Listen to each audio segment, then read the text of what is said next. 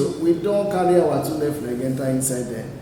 One of our Jinjim Ogadem will be say, in Sabinus, I make him a Consul General. We call him Will Stevens, in a Consul General of the United States of Obodo abroad. And then in Nigeria for about 6 months, but he never feel speak Pidgin, so we will get to switch the matter. Enter Oyibo, we be say yourself to understand. So you've been around for 6 months. Yeah. That's 6 months, right? And so far in Nigeria, how's your experience been? I love it here. I absolutely love being in Nigeria. The people are so friendly. There's so much energy and enthusiasm. And despite some of the big problems that Nigeria faces, there's, I think, incredible optimism about what Nigeria can become. And you see the growth in the music industry, the film industry, tech. These are all sectors where the connections with the United States and Nigeria are just so close. And you are able to tell your story to the world, and it's a story that the Americans love, right? You look at the Grammys, Burna Boy, Thames, getting nominated for Grammy Awards, producing the music for one of the biggest films of the year last year, the new Black Panther movie, which opened globally in Lagos, Nigeria. Yeah. It's incredible. And I'm so proud to be a part of it and to be here during this exciting time. Now, what aspect of Nigeria's culture and history would you say you've experienced so far? Yeah, I've had a chance. This is the 8th of the 17 southern states that I've visited today here in Anambra, and I've had a chance to taste some of the good food. Oh, great. I've learned not to be ready when it's spicy because it's hot. But I love it. And the thing I think that is so powerful about Nigeria is its diversity.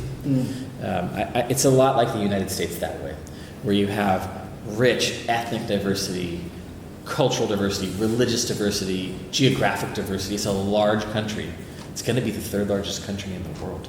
It's the 5th largest democracy in the world today. And that diversity is your strength.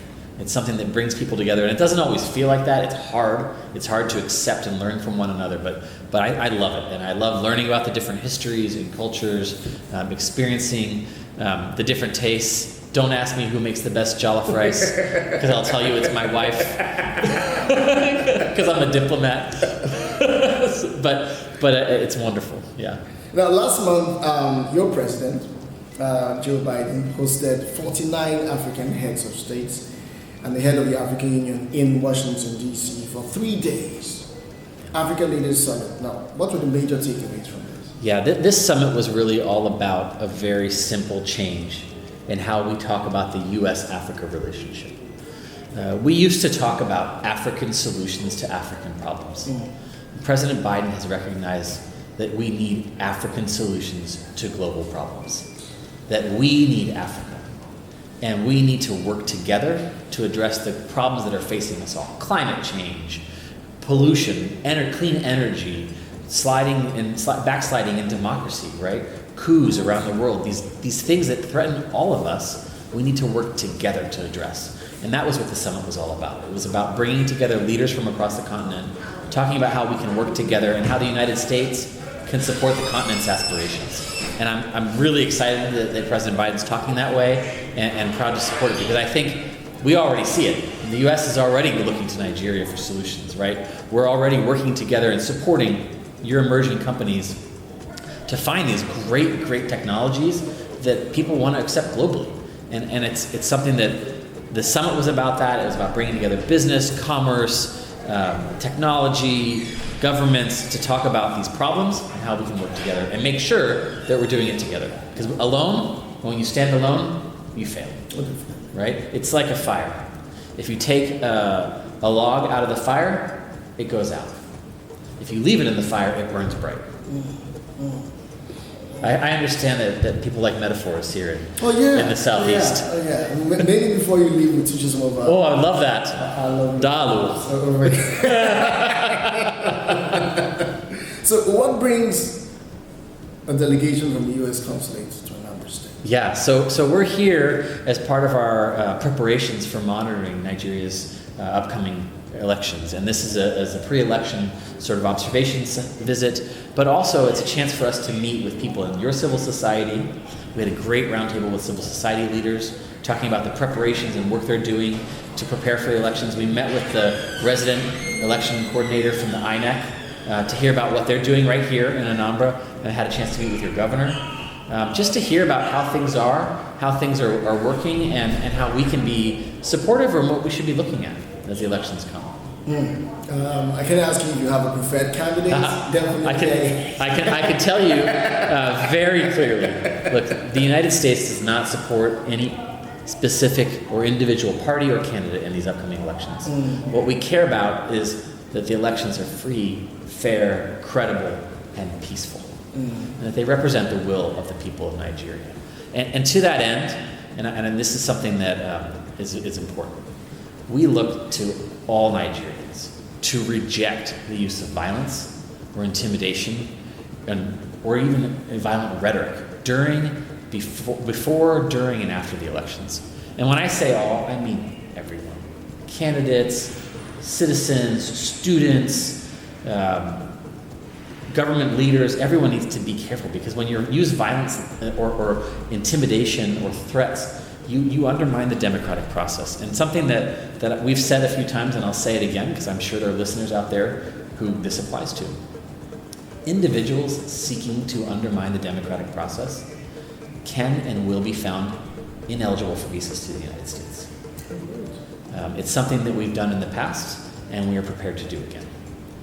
It's an important message for people to understand that when you seek to undermine democracy, you're not welcome. Everyone always tells me, you are welcome. No, not in this case. It's quite good you made that clarification, because not so long ago, about a week ago, the President of the Federal Republic of Nigeria did say no intermeddlesome lopers with our elections. Foreign entities, foreign countries stay in our elections, and it's quite nice you made that clarification that the job of the US is just to observe, monitor, and hope and pray that the process is free, fair, and credible. So it's quite good you made that observation. Now, what are some of the key issues you monitor that you say, okay, now this election is free and fair and credible? Yeah. So as Friends of Nigeria, we're hoping to monitor the run-up to the elections, right? To see that organizations like INEC are able to operate independently and according to the law. We're looking to see that security services are having a positive role before and the day of the elections, that political leaders and politicians and candidates are actively seeking to ensure a peaceful election. Those are all important, and also your role, that press and media are able to freely talk about the elections and express your opinions and your analysis without any sort of intimidation or threats. And most importantly, that voters are allowed to travel to the polls to cast their ballots. One of the things that we've done over the last several years is the U.S. government, through USAID, has provided nearly $50 million worth of assistance, technical assistance, to INEC and to civil society organizations to help put in place mechanisms and measures to help Nigerians know that when you vote, your vote will be counted. Things like the BVAS and the count tabulation of elections, so that when you take a picture of the vote tally, it's not easily manipulated. And so these are things that have been put in place with the international donor community because, look, these elections matter. I think it's hard sometimes to realize how important Nigeria is when you're sitting in Nigeria. You're the 5th largest democracy in the world. Many observers have said that this will be the most consequential election in the world this year, right? Because what Nigeria does matters for the region, for the continent, and for the world. And so we're looking to you, and we're here to support you as friends because we want to see free, fair, and credible elections. Now, regardless of the fact that in Africa we've seen countries backslide from democracy to anarchy, Nigeria's had 23 years of uninterrupted democracy. Way forward, how do you think we can sustain this? Yeah, I think most importantly is people voting, right? Democracy is a participation game. And And when you vote, when you take the time to register and then go pick up your PVC and then pitch up at the polls to vote the day of, you're showing that you feel you have a stake in the future of this country. Because if you don't vote, you've given up, right? It's like my favorite sports. Are you into sports? Oh, sure. Okay. Michael Jordan once said, "You miss every shot you don't take." Right? If you don't vote, then how can you then complain about the results of the election if you didn't play, if you didn't come up and play? So a strong democracy is one in which people participate. They debate the issues, which I think we've seen an incredible campaign so far where the issues are truly being debated. And it's a fascinating thing to watch and see Nigerians grapple with the tough issues that you're facing and talk about what are the solutions and what's the best way forward. So I'm bullish on the future. You know, there are two Michael Jordans. I'm talking about the one that dunks, not the incredibly handsome actor who boxes. But they're both Ogas. Okay. Final words to Indian Anambra, which means Anambarians, Anambra people. Yeah. What would be your give back to them? What would you want to say to them ahead of the elections? What should they do as they count down barely 33 days to the elections? What's your word to them? Yeah, I think my number one recommendation is believe in yourselves and believe that your voice matters and your voice will be heard. And that's some of the great things that have been put in place by INEC and others. When you vote, your vote will be counted. And so exercise your right. It's a democracy. And women, youth, get out there. Show that you care. Nice one. I'd like you to say this in the local language. Okay, I'm going to write it down. You'd say, put body for the election. Put body for the election. Oh, good. So, say it again. Put body for the election. No, not body. Oh, body. Put body. Body. There we go. Put body for the election. All right, that's good. I'll do it. Thank you so much for your time.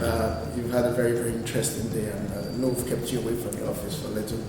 So we'll let you go rest, and maybe later you take us out for drinks. Of course, yeah. Kachifu.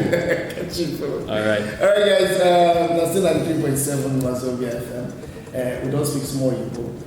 The breakdown of everything we'll talk, let me say, put body for the election. So you don't get on that one. 93.7